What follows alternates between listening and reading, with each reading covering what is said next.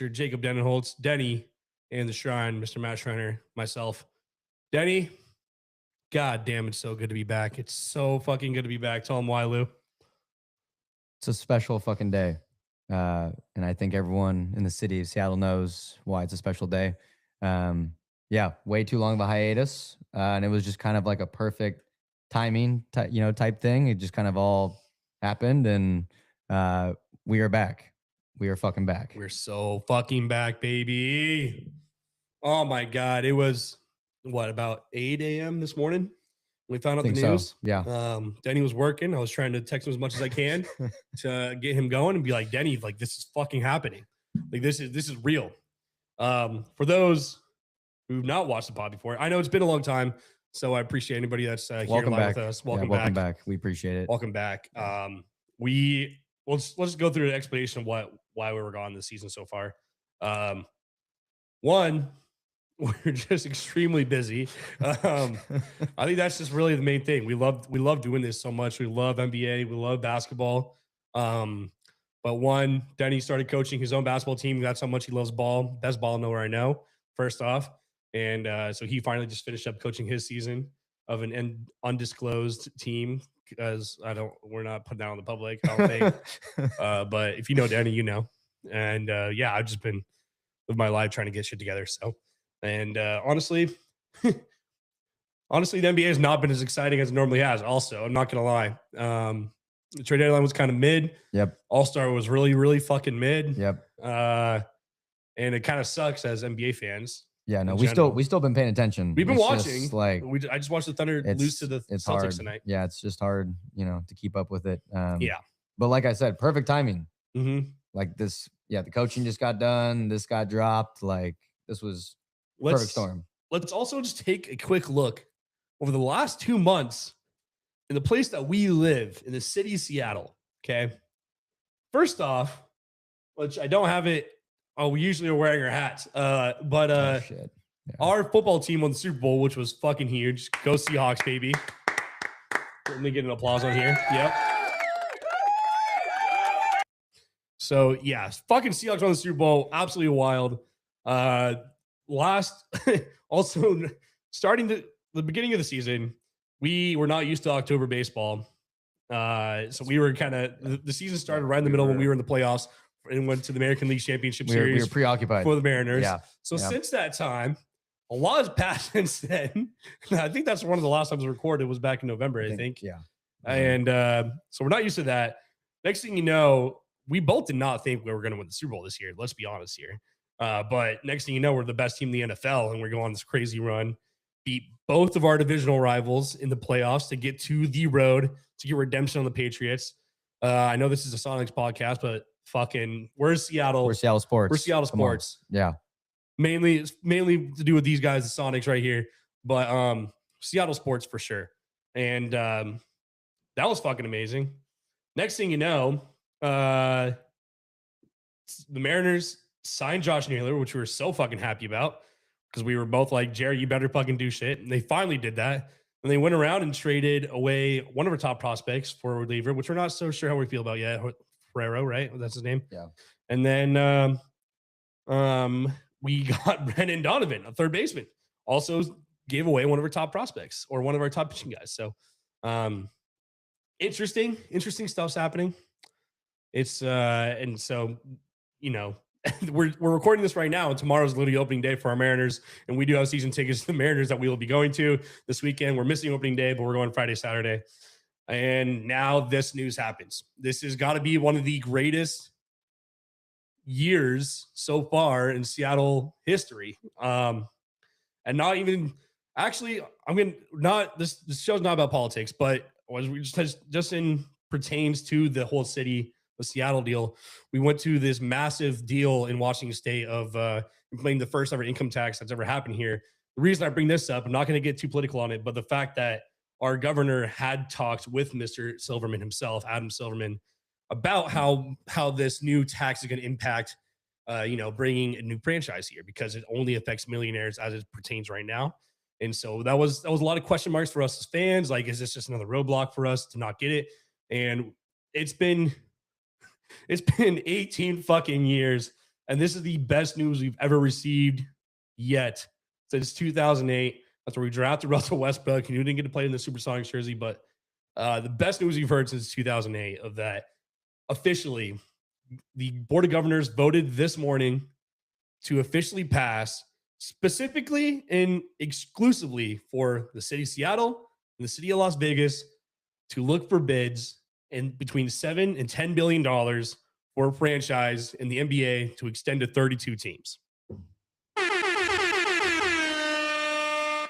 It's fucking unbelievable. I'm still in awe. I think we all are. And like you mentioned, this was the first time we've had like extended seasons for all of our teams. Like, we're going in the postseason. We're going far.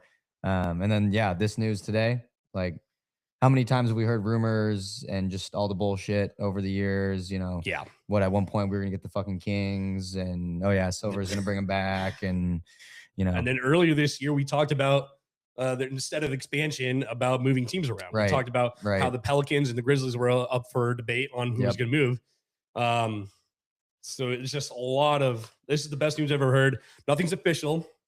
So without further ado, before we get any further to just rambling, we started this show with one track mind of getting the Seattle Supersonics back and be a platform, a media source, voice for the average fan of Seattle to be here through this whole process. We did not, honestly, when we started this podcast, we had no idea this day was going to come in the first place. No. We were just hopefuls. There was no track whatsoever. This is our going 2.5 years now. Yep. And there's just no track whatsoever, traction that the Sonics are ever going to come back. And this is why we're coming back right now. We said from the beginning of this fucking podcast, the Bank Shot Degens. We called the Bank Shot Degens for a reason, because we take a shot every fucking episode till the Seattle Supersonics are back.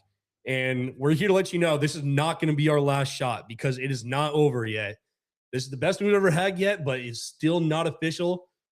And we're about to get into more details, but let's take our first shot to the best news we've had on the road to 2028, the Seattle Supersonics back in the fucking NBA, baby. Let's go. Fucking bring it back, baby.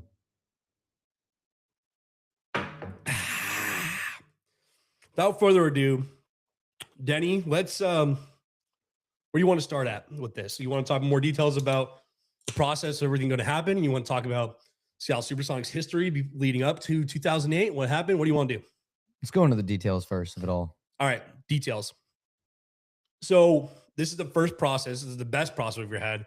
So like I said earlier, open to $7 to $10 billion is what the bid's going to go for. Luckily, Seattle, like they're already projected Seattle could be a top 8 market in the NBA. Like they could be.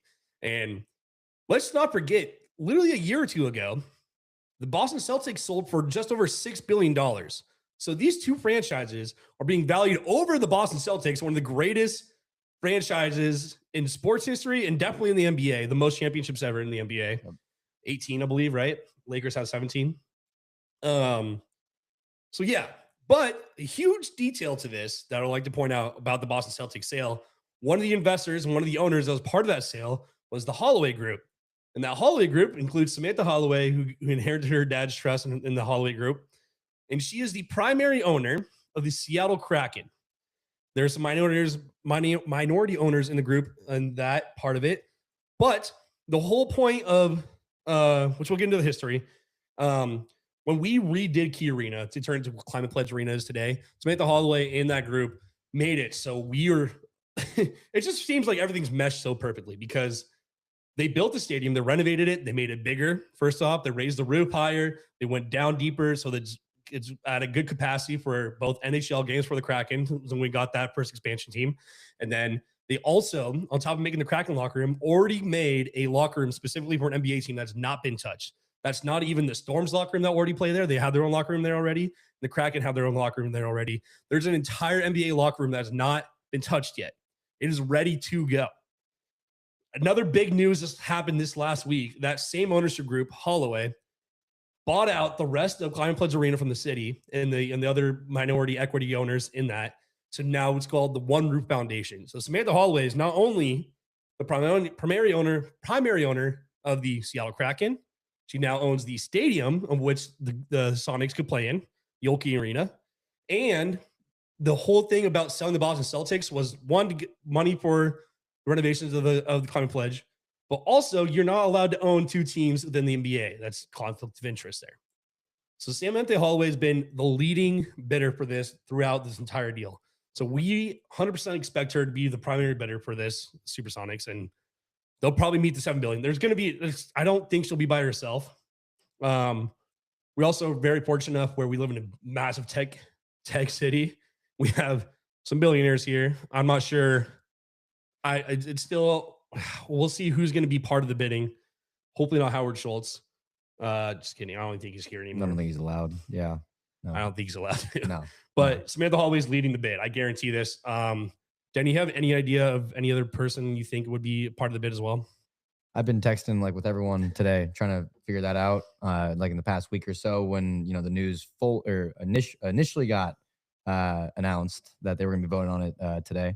Honestly, I have no idea. I don't know if it's going to be anyone local. Ballmer's already out of the picture. Yep, Ballmer's out. There's been a lot of rumors like with Phil Knight being potentially with the Blazers. Like, well, I have no idea what it's going to look like. Oh, I would also like to mention. Okay. I forgot to mention this in the Seattle sports history part of it. The last 2 months, we won the Super Bowl, and immediately after, Jody Allen announced that the Seahawks were for bid. So currently, there's two franchises up for bid in Seattle, both valued around $7 billion. And it's kind of important about the Jody Allen thing. She's the Blazers are still for sale right now, aren't they? Yeah. So the Blazers are still for sale, which Jody Allen, also owner of the Seahawks, is bid them away. That was part of the whole deal of Paul Allen's estate. Excuse me. The fact that it was in his trust that she had to sell those eventually. And Paul Allen passed away in 2018 or 2019. Anyways, so it's been a long time coming. She's done her due diligence. She already sold the Portland Trailblazers Stadium, Moda Center to the city of Portland. So that's already under the city of Portland.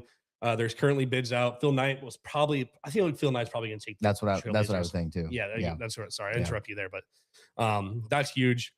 So there's a lot of moving pieces, and so going through the process. I'm a fucking rambler.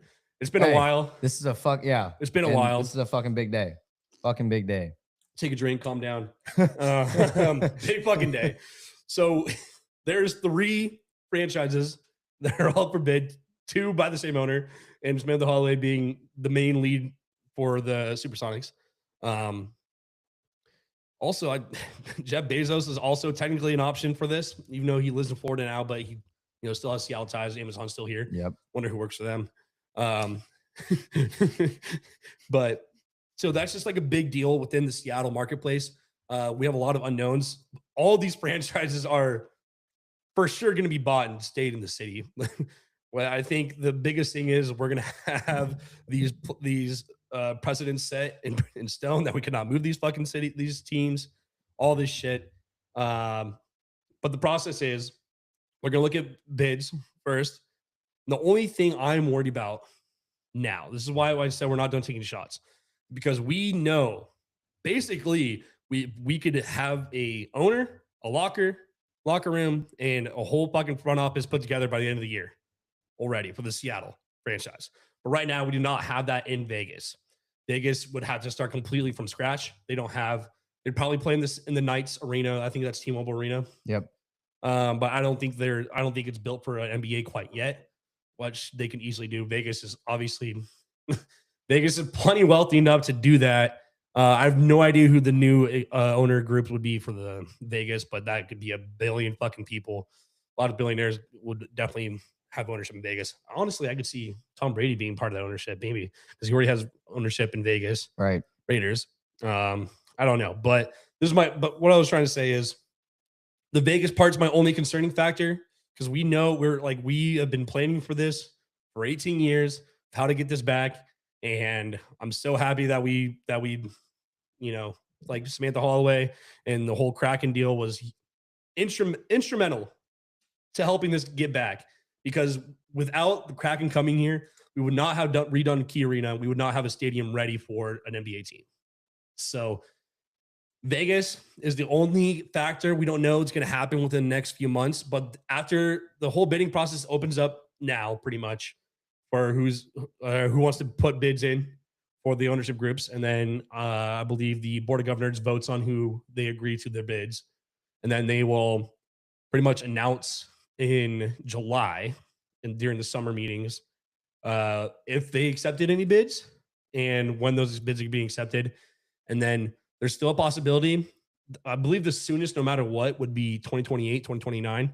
If a bid was accepted this summer for both cities, that gives us the whole next year, next season, pretty much to just get front office and everything ready to go. And then we'll go through expansion draft. And then after expansion draft, free agency, and then the NBA draft. And that's how we acquire all the players. And we are going to be doing expansion draft here in the pod with Simon Wampold. Shout out Silu. Shout out Silu. I feel bad in a way because he has been suggesting we do an expansion draft for the last 2 years. And we've been wanting to do it. We just haven't sat down to do it yet. And we thought about this idea so long ago. Now expansion draft's already coming out, which sucks because I thought we were going to be able to jump on it, but a little bit behind. But we're going to be doing an expansion draft for sure. So that's how it kind of looks like down the line. Denny, any questions? No, I think, it's a really exciting time. I think it's going to move pretty slowly, which is going to be annoying. I think the goal is by the end of 2026, they're going to find the top bidder. They're going to vote on it in the final vote.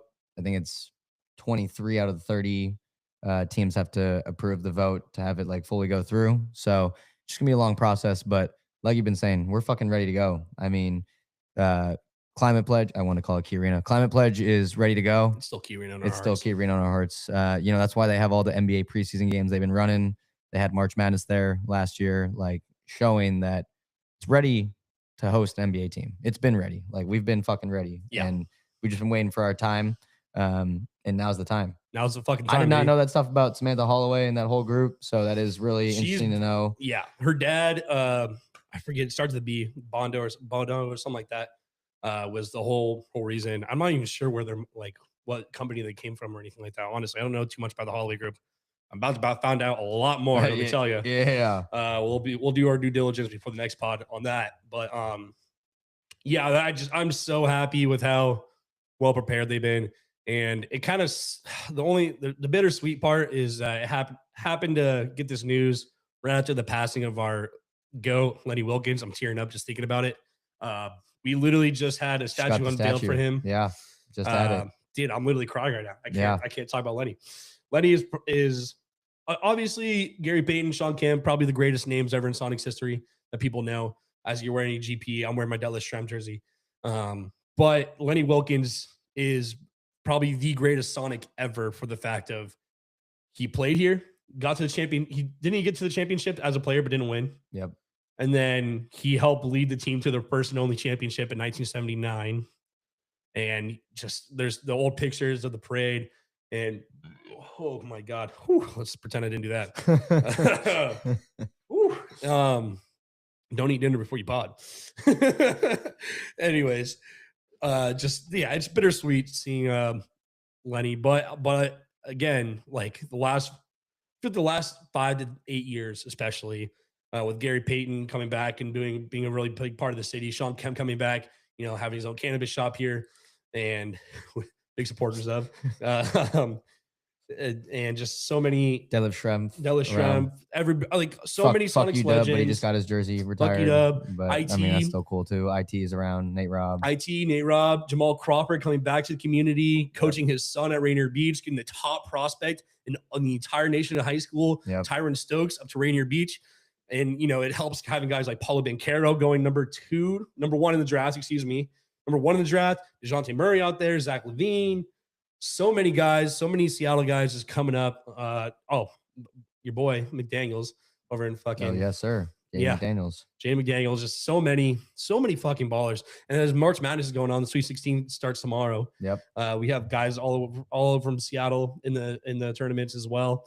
We got Spokane man Dylan Darling representing St. John's University. Crazy. Absolutely crazy. Former Coug. There's a lot of former Cougs in the tournament. Forgot that Jalen Petty was on Texas Tech. Yeah, Jalen Petty's on Texas Tech with Lawan Watts. Yeah. That's also Jalen Petty, also pretty, Rainier Beach guy. Yeah, pretty crazy. That's pretty crazy. But just the basketball scene has never wavered. Jamal Crawford, obviously, he had the Pro-Am here for so many years. We had the Rain City Classic here as soon as we got Climate Pledge Arena to bump in. We didn't have it this year, but the last happened, 2-3 years in a row. Super sick getting KD here. He coming out on his intro wearing a Sean Kemp jersey. Yep. Not even his own jersey. But yeah. And there's just everything just seems to be fitting so perfectly. And it doesn't seem real. It doesn't seem real. This is the best time in Seattle history. I have to say. I do want to say all of it started with Lenny Wilkens. Too. All of it started with Lenny. Lenny really did start all of it. I think he's probably one of the few people who you could probably say is one of the greatest players and coaches. Yes. Around. I think he might have won a gold medal as a coach. I can't remember that. Don't quote me on that, but I think he also won a gold medal. Yeah, and just to hear his speech at the unveiling of his statue, he's the first person to get a statue at Climate Pledge. And be able to have the songs here now really means a lot. So, yeah, he won 2 Olympic gold medals as coach with USA Basketball. Yeah, assistant for the Dream Team, head coach for the team at the 1996 Atlanta. Yep. So it really started with Lenny Wilkens, and look at every Seattle player too, pays their respects to Lenny Wilkens. So shout out Lenny. It's been a long time coming for this. I think we're both still in shock right now. I mean, it's not official yet, but fucking crazy, dude. Yeah. Fucking crazy. Man, this is amazing stuff, man. I can't wait. On other news, as we talk about, as we get players coming, your favorite man, Kevin Durant's contract is done in Houston in 2028. I think it sets it up perfectly. It's a picture perfect ending. So, and Jeff Green is still an active player. Man, let him be like Udonis Haslem, man. Just give him that vet min. Let him sit on the bench and talk up the young guys, whoever the fuck's gonna be on the team. Give him one last ride in Seattle, man. Obviously, and then my favorite guy got drafted by the Sonics, but did not get to play for him. And he's kind of revamped his career in Sacramento, even though they're shit.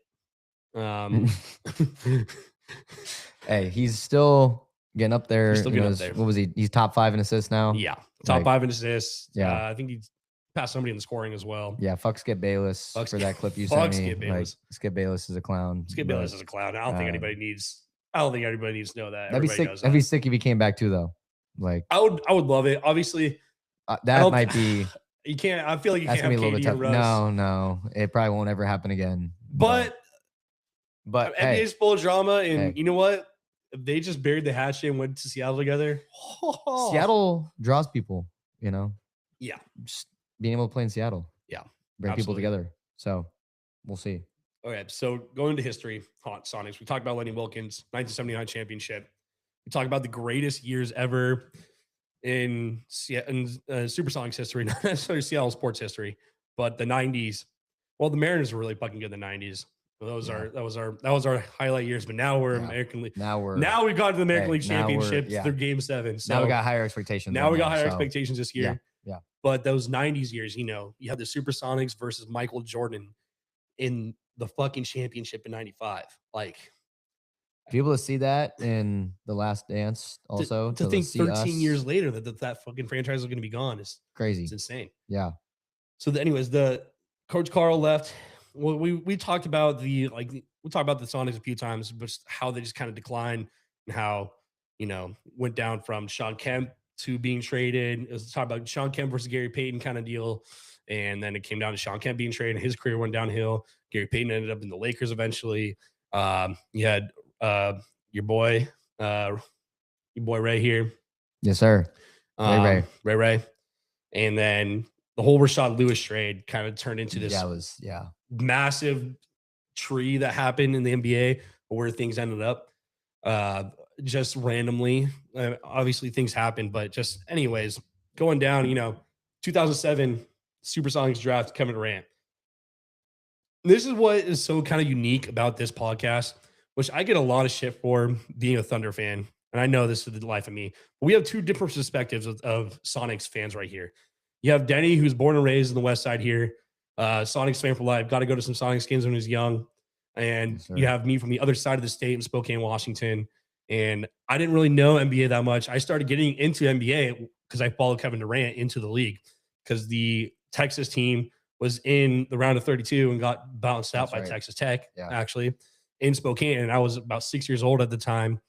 And that's I was like, oh, that guy's really sick. And they got drafted to the Sonics. I didn't really know NBA back then. The only basketball we knew back in Spokane was Gonzaga Bulldogs. Those Zags. RIP. Shit year for March Madness. Speaking of Texas. Speaking of Texas. Oh, my God. But I followed Kevin Durant into the Sonics, and I did not know everybody. Being in Spokane and not know everybody over here hated the Thunder when they moved. I just followed KD to the Thunder, became a Thunder fan, became a huge Russell Westbrook fan. I had my ups and downs with Kevin Durant as soon as he left, but I still respect the hell out of him. Still one of my favorite players. But Russ obviously ultimately took the spot over him for me. But just two different perspectives. But through the end, we're Sonics fans to begin with, and we're Sonics fans to the end. And to answer everybody's questions now on the podcast, I will be a Supersonics fan over a Thunder fan every day, all day long. I'm not going to just like hate the Thunder like everybody else does, though, because it's kind of hard to just drop fandom of a team that's in the midst of a dynasty right now in a way. So-called. They just won the championship. I love Shea Gilgeous-Alexander. I love J-Dubs. I love Chet, another Gonzaga guy. I will still follow those guys for the rest of their careers. But when it comes down, the Thunder are in Seattle versus the Sonics, I will be rooting for the Sonics all day. I will 100% make that known. I'm a Sonics fan first. I'll follow the franchise, but I will be a Sonics fan through and through. You do not have to worry about that. I will still root for the Thunder here and there, but I'm a Sonics fan first. I'm putting that out there right now. I still might get shit for that, but I don't care. That's my official decision. Everybody's been asking me that for a long time. You heard it right here. You heard it right here. But now that this news is here, yeah, this is my official statement. So it's always crazy. It's always crazy to think about the fact that we could have had, it's always the what ifs, but like we had Kevin Durant and then Russ and then Harden. And look where they all are today. They're still in the league. Top 10. They're all going to be top. They're all dominant. Harden's top 10 in scoring, is he? Yeah. Like they're all. KD just passed Michael Jordan for KD just passed MJ. Yeah. Like. That's crazy to think. The fact that we're, knock on wood, obviously there's still 2 years, but the fact that we could get an entire 20 years later to get Kevin Durant back to Seattle would be just amazing. He's been very vocal about it throughout his entire career. So many people ask him, "Oh, there's an expansion." Loves the city. Yeah, yeah, he loves the city. Obviously, we're like when that Rain City Classic we talk about, he came out firing with his Sean Kemp jersey on. He's asked me so many times in press conferences, who deserves a team? Seattle. What are they going to be called? Sonics. No hesitation. Go to video. Go to. Yeah. And he said many times in different podcasts and interviews and everything like that he wants to be a part of Seattle history when he comes back. Yep. Other guys I could see helping out, maybe in front office stuff. Obviously, Jamal Crawford would be huge. I think he'd definitely want to be a part of that. It might be a little bit different because he wants his son JJ to get through high school and help him through that whole process. He's an assistant coach right now in high school. But Jamal Crawford could easily be part of that. He never played for the Sonics, but he grew up a Sonics fan all his life. There's that. I think I told you about that one story about how Gary Payton went up against Jamal Crawford when he was in high school. Did I tell you about that story? I don't think so. I can't remember everything like that, but anyways, he was like one of the top ballers in the thing, and him and GP played a little 1v1, and Jamal Crawford like balled on fucking GP. That's crazy. I know, but Nick Collison, one of the guys, one of my fucking Collison. They call him Mr. Thunder, but he would start his career in the Thunder. Yes, sir. Come on. He's the first Jersey ever retired in the Thunder's arena, the only one still. Oh shit. Yeah. I forget about that actually that he got. Yeah, his jersey retired there. Not like a crazy statistical guy whatsoever. Yeah. Love Nick Collison, Big Nick. But oh shit, I didn't even realize that. That's crazy. Yeah. So his jersey's gonna stay in Oklahoma City Thunder, I guarantee. But kind of talking about the history, because technically Oklahoma City owns the Supersonics franchise rights, but I'm pretty sure, don't quote me on this, but I'm pretty sure it was written in contract to the move that if Seattle would ever return, then the history we return to Seattle. I know all the physical banners, everything like that is still kept in Seattle. Everything that was hanging up in the Raptors for the Supersonics, all the retired numbers, everything like that is still here. So I guarantee we'll own the rights to that. And I think I'm pretty sure the Thunder will hand over the 1979 championship to us as well. They've not raised the banner for that whatsoever in Oklahoma City Thunder. They don't really claim it, even though it's part of their history. If you look it up on Wikipedia or whatever you want to look it up on. But I mean, I don't think the Thunder are gonna be dramatic whatsoever. I think they're just gonna give everything back to us. 2008 and before is gonna come back to Seattle. So that's huge. As we talk about how the Thunder left, it all starts with this motherfucker named Howard Schultz, who's got a name for himself here in Seattle. We call ourselves the coffee capital of the world because we have the biggest coffee fucking store ever invented here. Might have heard of it, a little place called Starbucks. Howard Schultz was the CEO of Starbucks for a long time, and he bought the Supersonics in 2001 and the Storm for $200 million, which is, think about inflation. But yeah, he bought both of them in 2001. And then there's so many ongoing conversations about how the Key Arena needed updating. It really did, and they needed an update. They need more seating. It just wasn't good enough to like keep going. But the city did not actually want to fork up any money. Weirdly enough, this is a bad era of Seattle financials in general. During the early 2000s, late 90s, they just didn't have the financial capital infrastructure within the Seattle to like publicly fund renovations to it. And not a lot of owners, not a lot of big tech billionaires in Seattle wanted to cop up money for it either. And we had big guys like Bill Gates and Paul Allen then. But Paul Allen was busy saving the Mariners, not the Mariners, but busy saving the Seahawks franchise. And he also helped save the Trailblazers at the time. So it's just a whole weird deal. And so Howard Schultz eventually put it up for bid and sold it to Clay Bennett in 2006. And Clay Bennett, as we famously know, is still the owner of the Oklahoma City Thunder. And Clay Bennett's from Oklahoma. And Howard Schultz put in the agreement that he had to try to get public funding for a new arena. Like he had to try. That was part of it. And so that was in 2006. 2 years later, did not get anything. And they officially, after the draft, 2008, they drafted Russell Westbrook. What's the third overall in the 2008 draft, and officially said we're packing up and moving to Oklahoma. Out. And it was a horrible day for us.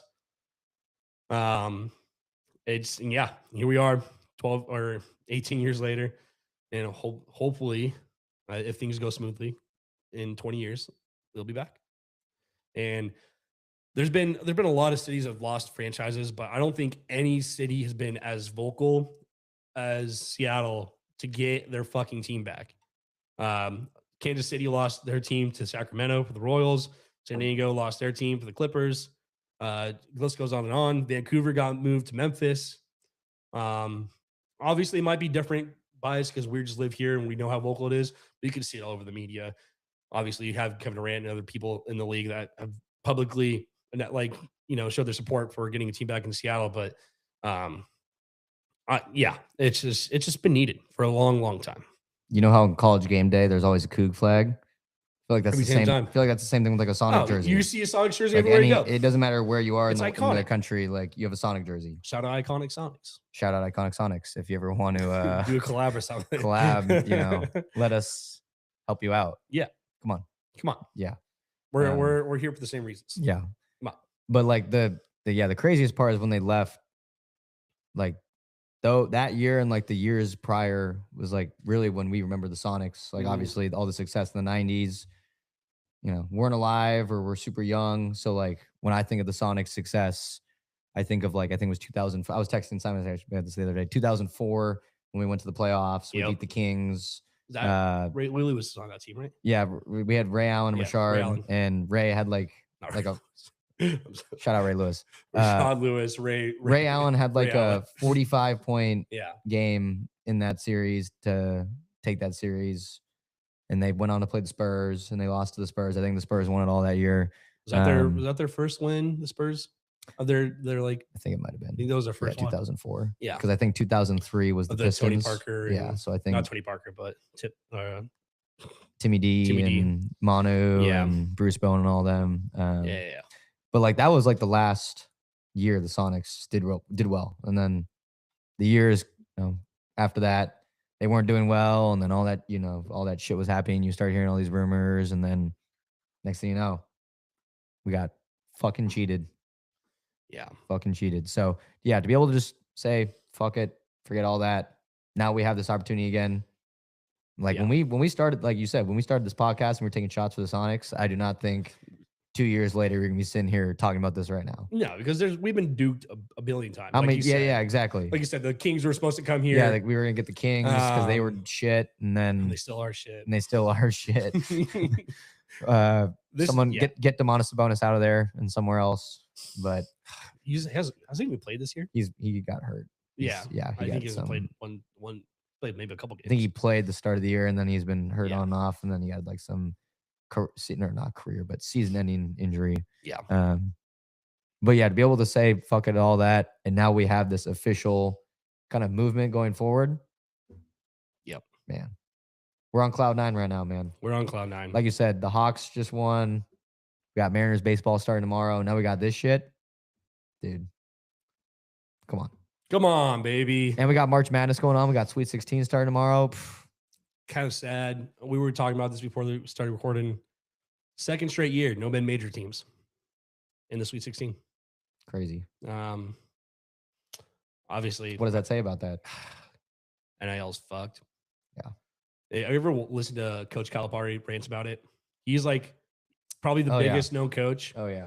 There's a lot of guys that do talk out about it, but like, and he's actually one of the guys that's probably benefiting the most from it. You look at Roy Acuff Jr. right now, absolute fucking baller for Arkansas. He is upping his killing stock right now. Oh, he's going to be he's going to be a top 10, 15 pick. He is minimum. A fucking bucket. He's insane. He's insane. But it's just it sucks. The whole point of March Madness, you call it madness because you had these Cinderella teams and you had people going runs. Farley Dickinson, you had FAU, you had all these guys. I mean, even Villanova, Cardiac Kemba, like that was a hell of a run. Like if they're technically mid-major. Well, we had FGCU at one point. FGCU, they were like the Florida Gulf Coast. Something about like they were like the Lob City or the Dunkers or some shit. Yeah, so many crazy runs we've had. Over the last 10 years, we've had 2 1 seeds being upset. One of them being Tony Bennett in the Virginia 1 seed. One sucks, but kind of fun to watch. Yeah, just it kind of sucks, March Madness. But I mean, that's just our little bit on March Madness. My Zags got knocked out versus Texas last round, which it's obviously upsetting, but like all us Zags fans knew this is unless we had Braden Huff, we weren't going that far at all. It's just it sucks. And now, who's your favorite? Who do you at least have in your bracket? My bracket, I had Duke winning the whole thing, so I didn't have the Zags winning the whole thing. I did have Zags beating Purdue, going Elite 8, and losing Arizona. But I have Duke winning the whole thing. I really want to see Cam Boozer get rolling. He's not been really good in the first half, and he needs to get rolling. No, but you know who has been? Caden Boozer. Yeah, he's been playing. He's been the well. Little bro. He's been balling. He's been playing really well for him. I think it's because whatever that guy's name is, Caleb Foster, whatever, went out with the injury, and he's like their main guard, and so now Caden Boozer's got to kind of step in and be that facilitator, and he's done really well. Yeah, I really like a lot of the third seeds this year. I love Illinois. I like that they got Andre Stojakovic on there. Whites. Yeah, I love that they got Stojakovic on there. Yeah, no, they're awesome. The big European team out of there, Illinois, they're great. Shout out Iowa, fucking Hawkeyes, man. Oh my god, fuck. There's this guy named Ryan something Hammer or something like that. He's a big college basketball guy. There's a podcast and stuff like that. He has this thing called the Chapel's Way of Excellence every year, which goes on pace of play and scoring and stuff like that. Iowa's like notoriously kind of like their football. They're just like a very slow-paced team. And for some reason, it fucking worked. And they beat Florida. They beat Ruben Shingaley, our guy. That's tough, they beat the defending champs. Another fucking former Coug in the tournament. I think you sent me that. You sent me that, right? That tweet. How many guys? How many guys? Austin Clough in Purdue, LaJuan Watson, Texas Tech. You got Dylan Darling in St. John's. Oh my God. List goes on and on. Shout out Aussie Rap. Shout out Aussie Rap. Oh my God. I forget what game it was. It was versus Michigan. Dude. Oh my God. They beat Michigan, didn't they? I think they won that game, right? Yeah. Yeah. He had a And they crazy. lost in the championship to Yeah. who did they lose to? I forget. Anyways, Iowa State, I think. Yeah. Yeah. Iowa State won the Big Ten. No. Iowa State is Big 12. Anyways, yeah. Shout out to Aussie Rap though. Awesome rap. Our buddy Ryan Rapp's little bro, who He was was knocking down. he's threes, bro. He was crazy. he's WCC freshman of the year last year in Portland. Transferred to Wisconsin, hit 12 threes, 6 in a row to beat Michigan in the Big Ten tournament. And then was nowhere to be found at the big dance. We still love you, Ozzy. You're only a sophomore, so you which is crazy. Yeah, you got time. Crazy. I want to. Yeah, I'm definitely want to see this Wisconsin team back next Definitely year. in the lab. Yeah. If you don't transfer, but yeah. Shout out to Aussie Rap. Shout out to Purdue's killing it. Arizona's killing it. I really don't want to see Arizona win. Yeah, I know you don't want them. That's why I have in not my an Arizona bracket. fan. Yeah, that's why I got in my A lot of people bracket. do, which I get it. They're a really good team. Yeah. They probably should be the favorite in this tournament. Shout out to fucking Coach Sampson, former Coug head coach. Always Killing it for always Houston. love Coach Sampson. I think he has the most tournament wins without winning a championship or something like that. Something crazy like that. I believe it. I feel like they're always a one or a two, and then just love Houston. Yeah. Kingston Love Fleming's Houston. is a dog. Yeah. So I'm hoping they can do something. Mm-hmm. Yeah, Texas Tech's missing their best player, Toppin. That's right. Yep. But they're still doing well. Did they lose? I can't remember. I don't remember. Can't remember. We can rant about March Madness, but yeah, March Madness is gonna be fun. It's still exciting, even though there's no mid-major teams. Like it's like I feel like everybody in this tournament could win right now. That's left in the Sweet 16. Like I don't think it's so favored to the 1 seeds or 2 seeds or 3 seeds. I think a 3 seed can win this. I think if Iowa continues doing what they're doing, I think Iowa could win as an 8 seed. Like that's how crazy I think this is. Texas, they're an 8 seed, right? No, they're 11 seed. Texas is 11 seed, and I think that's right because they were in the first 4. Yeah, they're in their first 4, and they beat out. I wouldn't be able to tell you. Not Miami, Ohio. No, somebody else. I wouldn't be able to tell you. And then they beat BYU and they beat the Gonzaga to get to the Sweet 16. Now they're playing against Purdue with Braden Smith, who's like a 5th year. Who's 6 years. The guy's been in He's been there for a long time. In college for like 10 years. And Oscar Clough. Talk about Oscar Clough's fucking Ozzy. Oi. Talk about his fucking road from Wazoo to North Dakota State. He went to the tournament last year at North Dakota State. And then to Purdue. Like that's crazy. That's crazy. Crazy roads, man. Crazy. All started the same spot, by the way. All started the same spot. Yeah, that's all we got for that. You want to do a quick NBA chat? Kind of just yes. Yeah. Where do you want? I don't even know where. Like, just look at this. We got what 8 or 9 games left in the season. Yeah, we're getting down to it. You look at the standings. It sucks. We don't. Pistons are still top spot in the East. That's even though they lost Cade Cunningham. Yeah, that's tough. That's going to be a tough loss for them.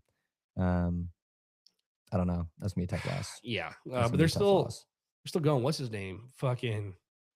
They played today. Who did they play today? Pistons. No, the Hawks. Oh, they lost the Hawks in OT today. Damn. Speaking of the Hawks, they've been playing some really good basketball. 10 games behind the Pistons. Yeah, they've been playing some really good basketball. We talk about Jalen Johnson. Nah has found himself a new home in Atlanta. He has been fucking killing it. CJ McCollum. Oh, I forgot. It doesn't matter where this guy goes. I think he had 30 tonight. He's a walking bucket. So he did have 27. Yeah. Yeah, no. That's another exciting team. The guy I was wanting to talk about for the Pistons who's been stepping up with Cade's absence is Dennis Jenkins. Denoris Jenkins or Dennis Jenkins, whatever the fuck his name is. Yeah. Been balling. He played 45 minutes tonight, only 19 points. But he's been on a tear for them lately. Hawks. East is getting a little more competitive than normal. The Cavs are 14-4 since James Harden joined the team. They're looking really good. They could easily win this East. Celtics, they got Jason Tatum back. He's still finding his step. He's just crazy, by the way. What was it, 10 months? We joked about it. I think we did joke about it. We did joke about it multiple times, but wasn't he with Stephen A. Smith? Mm-hmm.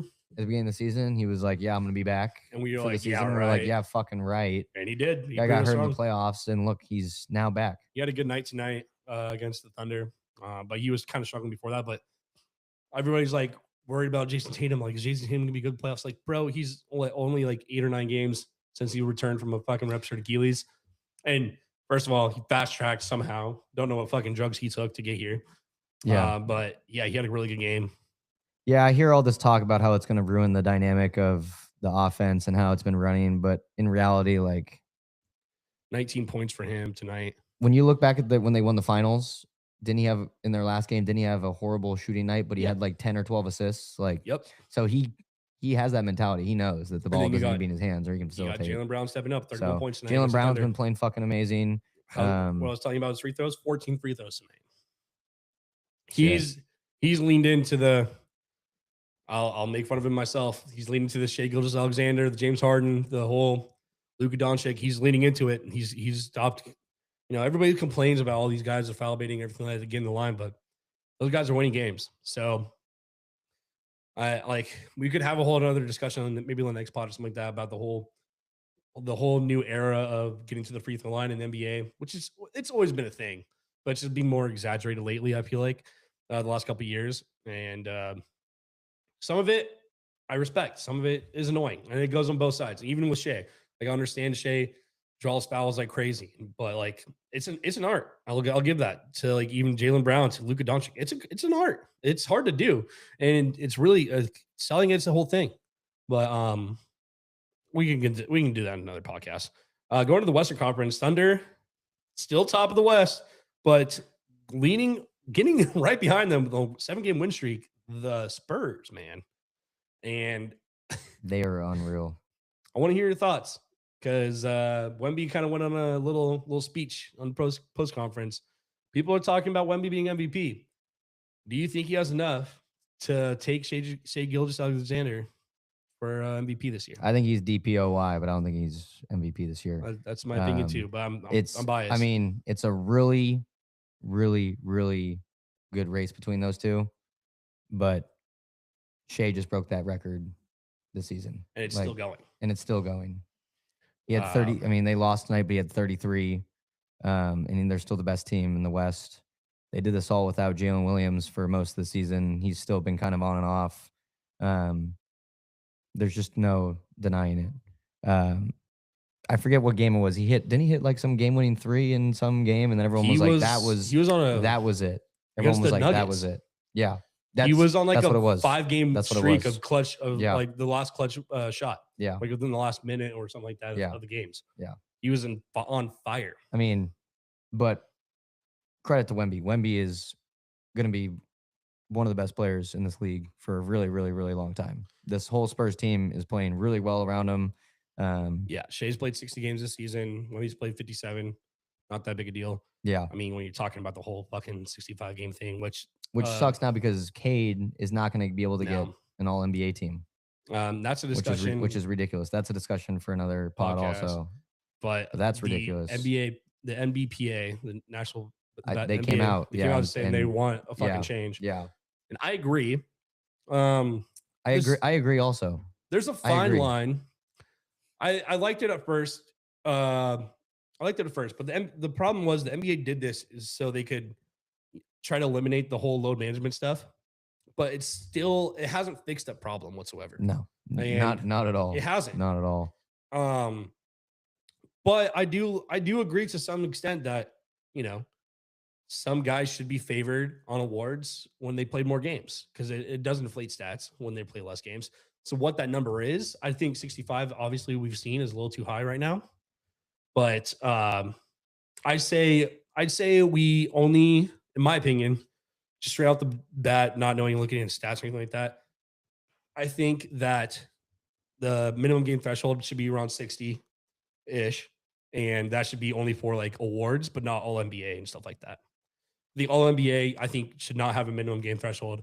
Obviously, if you only play 20 games this season, you shouldn't make that. But I think the voters can make that decision on their own. But yeah, I think guys like Cade, I think guys like not necessarily J-Dubs, but guys who miss a lot of time should still be eligible for LNBA. So also because their contracts rely on some of this stuff. It matters quite a bit. Like the Thunder are saving like 20 million this year with J-Dubs not making anything. So I mean, it's good for the Thunder, but like J-Dubs, like obviously, like I said, J-Dubs doesn't deserve anything this year. He's missed 40 something games. It's crazy. So he was only played 20 something games, maybe by the end of the season if he stays healthy for the rest of the season. But yeah, it's maybe my opinion go down to 60 games. That's just for the big awards like MVP, Depoy, and six man of the year, stuff like that. But all NBA teams, I don't think there should be a threshold. What are your thoughts? I agree. I Yeah. agree on that. Because you could get a season where like this season, for example, Shea and Luka played the same amount of games, but let's say Luka plays 10 less games and still is averaging the most points in the NBA, and Shea just did that, averaging 3 or 4 points less, and Luka gets the MVP. It's like that's not fair, right? Yeah. Like Shea's more consistent, but that's just an example. That hasn't happened yet. But I just want to say also, I said SGA, but I'm not discrediting Wemby because what he is doing is fucking insane. The whole Spurs 3 blocks team, a game, 11.2 rebounds a game, like 24.3 points per game. He's good. Like he's gonna be one of the best players in this league. He's already, But also again, going to the Shake argument, he's shooting 55% for the fucking field this year. Only people to do that as a guard, Michael Jordan, and as a true shooting, Steph Curry. Yeah. He's meeting Steph Curry numbers without shooting the three. He's having like a better season than Steph was statistically when he won unanimous MVP. And he's doing that without shooting the three very much. He's 38% from 3-point right now, which is one of his best in his career. But he doesn't take that many 3-point attempts at all. So it's just kind of like a crazy new era of the guard, first of all, because the 3-point era was so huge for so long. It hasn't left. 3-point is still like important in the NBA for sure. Yep. But Shea himself is proving you can score without doing that. So talking about guards, shout out to the guards on the Spurs also. Those guys are set. They got Wemby, Steph Castle, Dylan Harper. D Fox. And they got fucking De'Aaron Fox, bro. This is great. Spurs are going to be fine.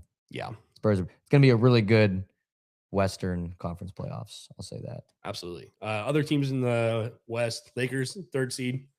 They were on a crazy win streak for a while, and then they lost earlier this week. Yeah, Luka is going fucking insane. Luka's going insane. He's going fucking insane. He had a 60-point game last week, I believe. Yeah. 40, 50, 6. Like, just when we thought the MVP race was like far and away Shea. I know. He was kind of like. Things started tightening up. Wemby and Luka hurt. Yeah. Which is kind of wild. Right now, it's Shea, Luka, or Wemby. Yeah. And the funny thing is, Nikola Jokic is outside that race right now, which is weird because it's been Shea and Nikola the last 3 years. Right. So it's been interesting. Rockets kind of on a downslide lately. You want to talk about your Rockets? I can go on a bigger rant on another pod, but I'll go on a bigger rant in a later pod. But all I got to say is that shout out Kevin Durant for what he's doing this season. I feel like he's 350-90 club. Yeah, breaking records, field goals made, points, whatever it is. So you can't deny what he's doing. But they had fucking Fred VanVleet, man. They had a fucking point guard. Reed Shepherd's doing amazing, but Ime doesn't play him. No. Ime doesn't play him. Amen cannot do it. Bring in Reed Shepherd. Start Reed Shepherd. Fuck. That's all I'm going to say for now, and then I'll rant about it on a different pod because I'm going to get mad. Yeah, now that we're back, we have so many ideas we want to do. I know. We'll talk about, obviously, NBA playoffs coming up. We'll talk about draft. This is a huge draft coming up. We should talk about what Silverman's been saying about the tanking stuff too. Yeah, that's been huge. If he's gonna do anything or what's gonna look like. I don't know if anything's gonna happen this season. I don't think it'll happen this season. This offseason at least. Or going into the next year, I don't think it'll happen. But there's sounds been a like serious he's had concern, enough. man. Yeah. So I'm curious to see see what he's gonna say. His head's on the chopping block. Everybody's coming for him. Yeah. That's why. Yeah. I don't know. I don't know what the solution is personally. There's been some really cool ideas from different media people out there. The one I liked the most was like, once you're mathematically eliminated from the playoffs, you can start earning points for a lottery position kind of deal. I forget exactly what that tactic was, but like pretty much the moment you're mathematically eliminated from the playoffs, after that moment, you can start gaining points for the draft lottery based off of like winning games and stuff like that. So I thought it was an interesting point. If you want my honest opinion, get rid of the fucking play-in. I think it was a stupid idea to begin with. and I don't think it's. I think it's stupid. Yeah. Simple as that. For the play-in, I don't think a lot of people care about the play-in, anyways. Like, no play-in team has really gotten that far in the playoffs, have they? No. The Lakers did, maybe, but maybe Was the play-in still a thing when in the bubble. in the bubble when the Heat went, I don't think. I think it was after. or were the Heat just an 8 seed and then they just They were just an 8. Oh, made it to the finals? I don't know. We can look at that another time. Yeah. Yeah, something needs to happen with tanking. I don't know. And it's like right now, the Kings are last in the West. They're probably going to be a top pick. And the Jazz been kind of like tanking so the Thunder can't get their pick kind of deal. Yeah. Which has been interesting. Sucks for the Thunder, but obviously nobody's going to sympathize for that. I understand, but yeah, it's been weird. I don't know. I don't have a solution on the top of my head. I like that point system idea, but that's just very kind of out there. And I feel like that's just like a hard thing to implement right away. Yeah. That's just, you're just altering the game way too much at some point, you know?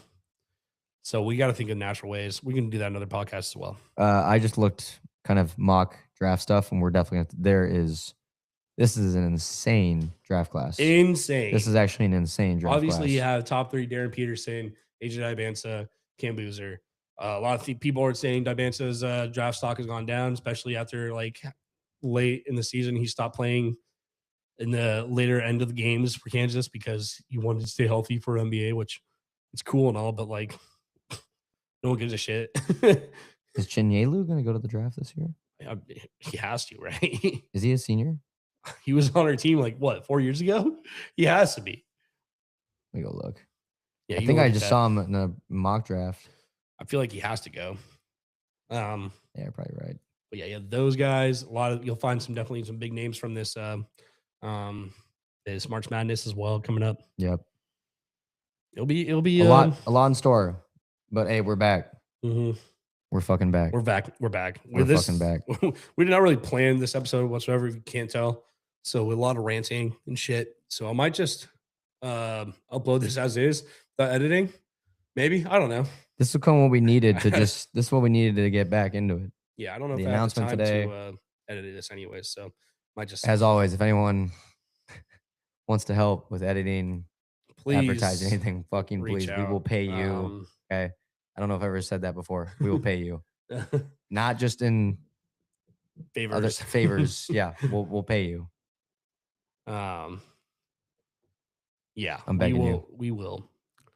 The biggest thing is now that the Sonics thing is coming real. I know it seems kind of fake because we took a little bit of time off, but that was just kind of personal reasons, not because.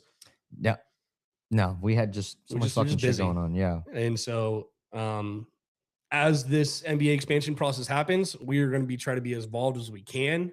So as talking about media people, we would love to add to our team here, the Big Shot DJs. Right now, it's just me and Denny. We've had some help with Litso in the past and a few other friends that just didn't fall through. But honestly, we want this to be a professional podcast. We want, maybe this is the long goal, but big aspirations. Maybe we can become a media personality for the Supersonics when they return in 2 years.